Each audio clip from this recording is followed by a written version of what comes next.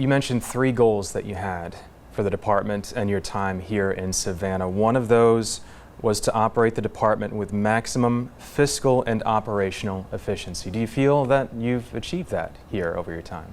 I do. I think we've done a great job of, using the resources and being responsible for the resources that have been appropriated for us. And I think we've made great strides with the resources that have been provided to us. What specifically have you asked and gotten from council that has helped the department achieve its missions and goals? Well, I think if you look at some of the technology improvements we've had, from expanding ShotSpotter to expanding camera systems, to even some of the things that have made the officers' jobs easier for them, things like electronic ticket citations and moving our internal investigations to an electronic format, using electronic formats so the officers can do a better job of communicating with each other, electronic fingerprint readers. I think a lot of things that council has provided to us has really helped to improve the efficiency and effectiveness of the department. And they haven't been shy about saying that they want you and the department to have all the resources that you need to address crime and crime issues in the community, right? Well, absolutely. I mean, we've had great budget support. We did not go through the defund the police era. We've continued to be able to maintain a high level of budget support from our elected officials, and we appreciate that. Another goal that you listed then was to continue community partnerships. And I know you've been really big on establishing those and developing programs, even inviting citizens in to help form policy with the CARES committee. Can you talk about that over your time here and how that's developed and grown, in your opinion? Well, building on a foundation of strengthening our community partnerships and relationships was a big goal for me. And I think we have and continue to do an excellent job of continuing to strengthen our relationships and partnerships with not just members of our community, also faith-based members, service providers, community groups. I mean, we're at all the neighborhood community meetings, even building a stronger relationship and partnership with members of the media. I think we've done a great job in that area. And of course, it starts at the top, Sean. Anytime that I'm available, I try and get out there, and I'm out there with members of the department, showing members of the community that strong commitment, but also showing that strong leadership to members of the department that if I expect them to be out there, and I expect them to be out there building those strong relationships and partnerships, then it just should be expected of me to be out there with them. I was out at a community event last Saturday over in Yamacraw Village with members of the department and members of the community, and we had a great time out there. What's been the reception, I guess, for folks? Because you get to see those residents in really horrible times, but then also in moments that are lighter, and that you have that opportunity to really level and talk with them and hear their concerns, but also enjoy some fun moments, right? Well, I think it's important that the community knows and sees that the department cares at all levels, and it starts at the top. I respond to as many crime scenes as I can. I'm there to comfort the victims, the family members, the community members, but I also think that it's important for the community members to know that they have a chief who's approachable, that they have a police chief who is receptive to issues and concerns that are going on, and a police chief that they know that at any point in time they can have a conversation with. I have conversations with members of our community when I'm out and about in the community, or whether I'm on a crime scene, or whether I'm at a community meeting. And I know, talking to some community members, it's been a while. It had been a while since they had that actual face-to-face contact on a regular basis with the chief. And I'm proud of the fact that I've been able to do that. The third point that you really wanted to focus on when you first came here was addressing crime and also the fear of crime in the community. Do you feel that you've achieved that goal? Well, that continues to be a work in progress, Sean. If you look at our stats from last year, of course, the men and women of the Savannah Police Department did a great job, and a lot of hard work and dedication in reducing violent crime by 8% in the city, when you saw violent crime around the country continue to increase. Of course, we have faced some challenges this year, but if you look at our crime rate and you look at the hard work the men and women of the Savannah Police Department continue to do on a daily basis, I'm extremely proud of what they continue to do. Now, we all realize that the crime issue is not just something that's going to be solved exclusively by the police department. We've talked about a whole of government approach, and we're also talking about a whole of community approach. I think that we're making great strides in really addressing it by bringing on the Office of Neighborhood Safety and Engagement. I think that's going to be a huge benefit for us in addressing crime and crime issues. But we also look forward to continuing to strengthen our partnership with members of our community, whether that be community of faith members, the education sector, service providers. We've all been coming to the table collectively to see what can we do to continue to address the level of crime in our community. And violent crime, to that point, has been trending down, total violent crime, since 2019. Homicides, however, have gone up, and that tends to be the focal point for people when they have family members, loved ones, friends dying out there because of gun violence. Largely, they don't feel that as a success, or they don't necessarily see that total reduction, right? And that's understandable. I mean, any loss of life is a very tragic and traumatic situation for the individual and for their family members and for members of our community, and we understand that. A lot of these things, unfortunately, have been situations beyond our control. But I'm really proud of the outstanding work that our investigators do in really getting on top of these cases, making arrests, having a high clearance rate. And although you can never really bring closure for these families, at least they know that there's a level of accountability that's involved in these cases. So the investigative side, also the government side, Office of Neighborhood Safety and Engagement. You've also pursued the Cure Violence Global initiative. Can you talk a little bit about that and where we are with bringing that team in and getting some direction from them? Well, that program now is being run out of the Community Services Department, and it's also being run in conjunction with the Office of Neighborhood Safety and Engagement. I think they're real close to getting that program up and running, which I think is going to be a tremendous benefit for our community. It's something that we've been working on for quite some time, and something I started talking about a couple of years ago.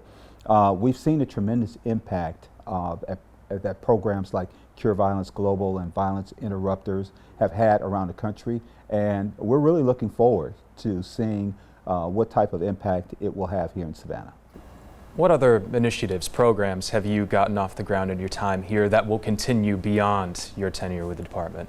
Well, I think the big ones are not just internal but external. I think when you look internally, seeing what we can do to enhance the level of communication within the organization with members of our department.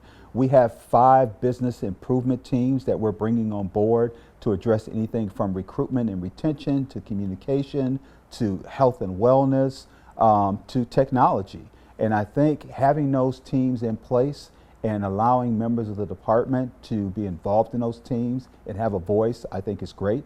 I think when you look at things like the new pay plan that's being put in place, enhancements like establishing a lateral entry program, I think those are going to be very beneficial.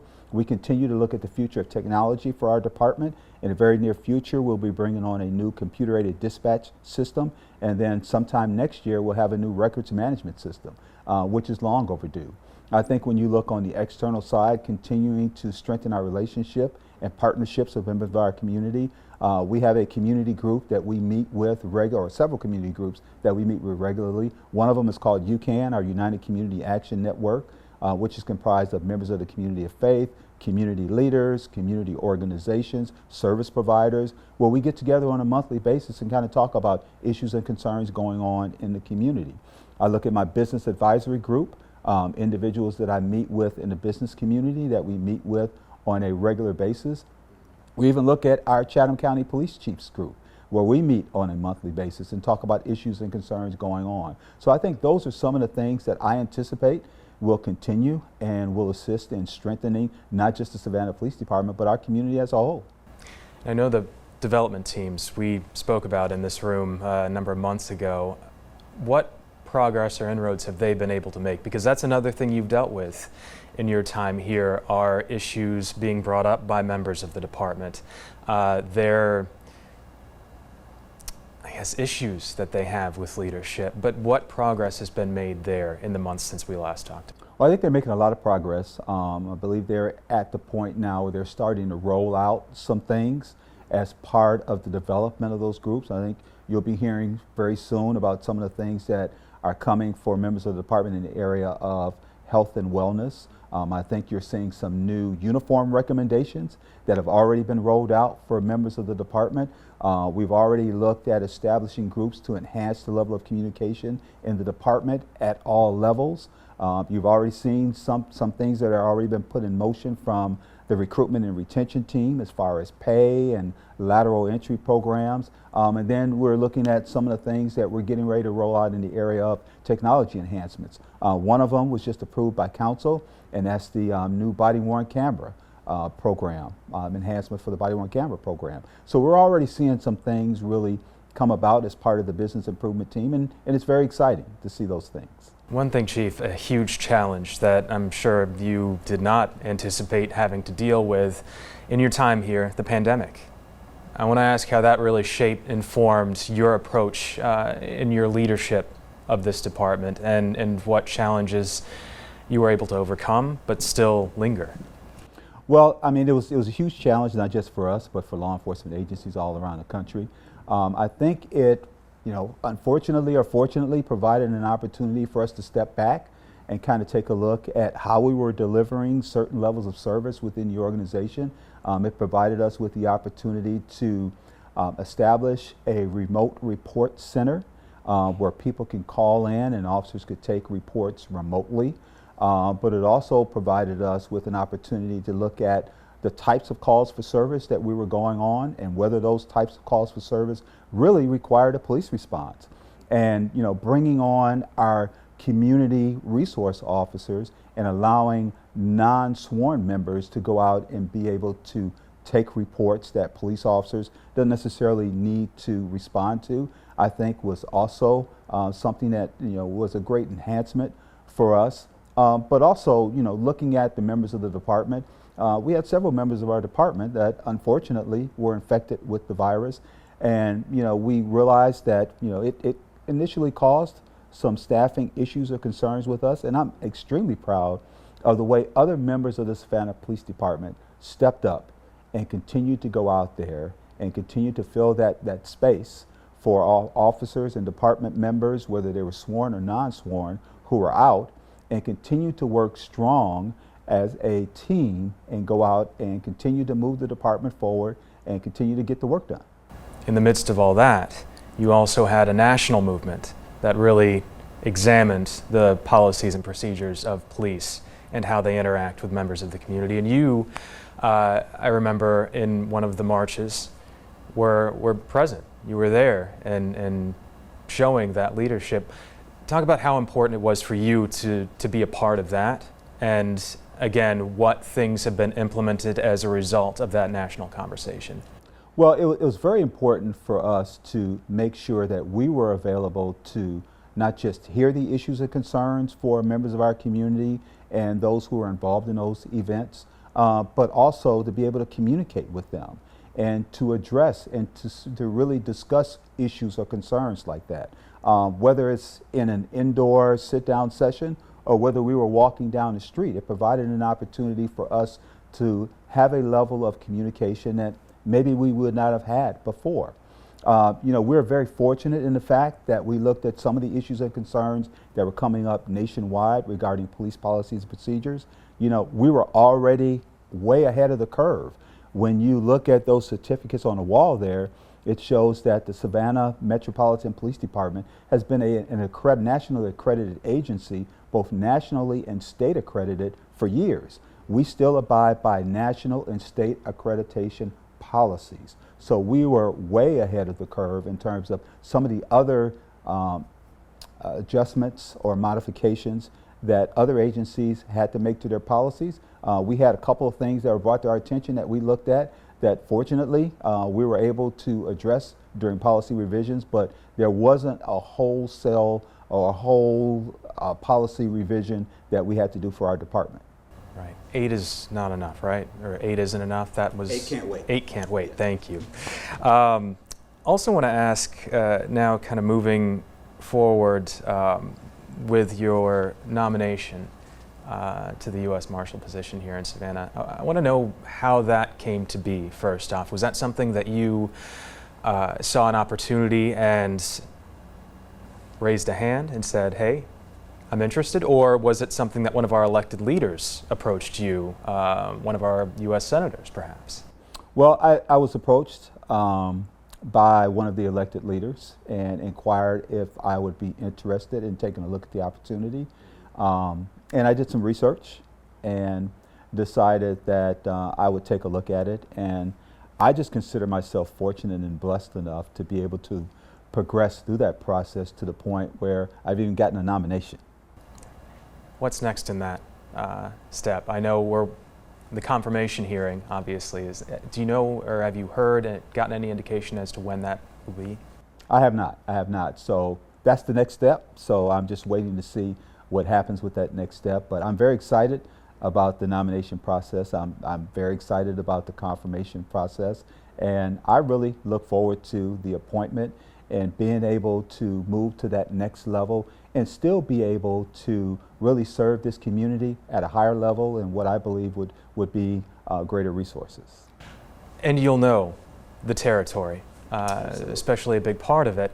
How do you envision your leadership style or what your priorities will be? How will that change or shift, or will it, when you, assuming, get confirmed for that role? I can't answer that one yet, Sean. I mean, unfortunately, I don't know everything that new position would involve right now.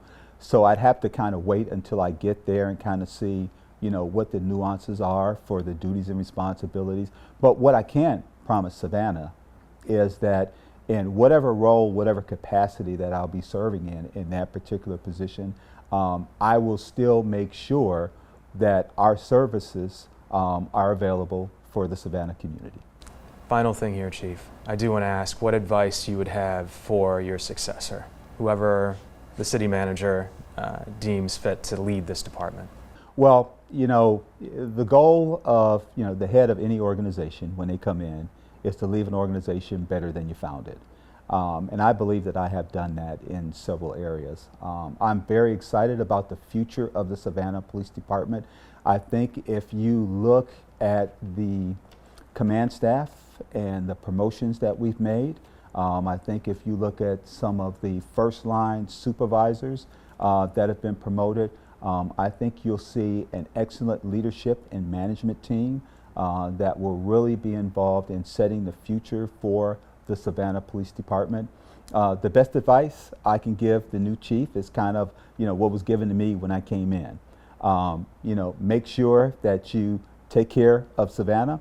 You take care of the men and women of the Savannah Police Department. You do the best job you can of providing them with the resources, the equipment, the training that they need, and love Savannah, and Savannah will love you back. To that point, over the past 3 years and change that you've been here, is there anything, and they say hindsight's 20/20, is there anything you would have done differently?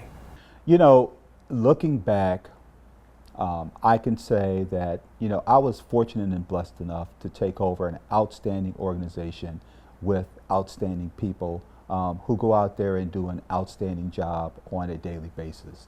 I tell people all the time, I never had a bad day as a Savannah Police Department.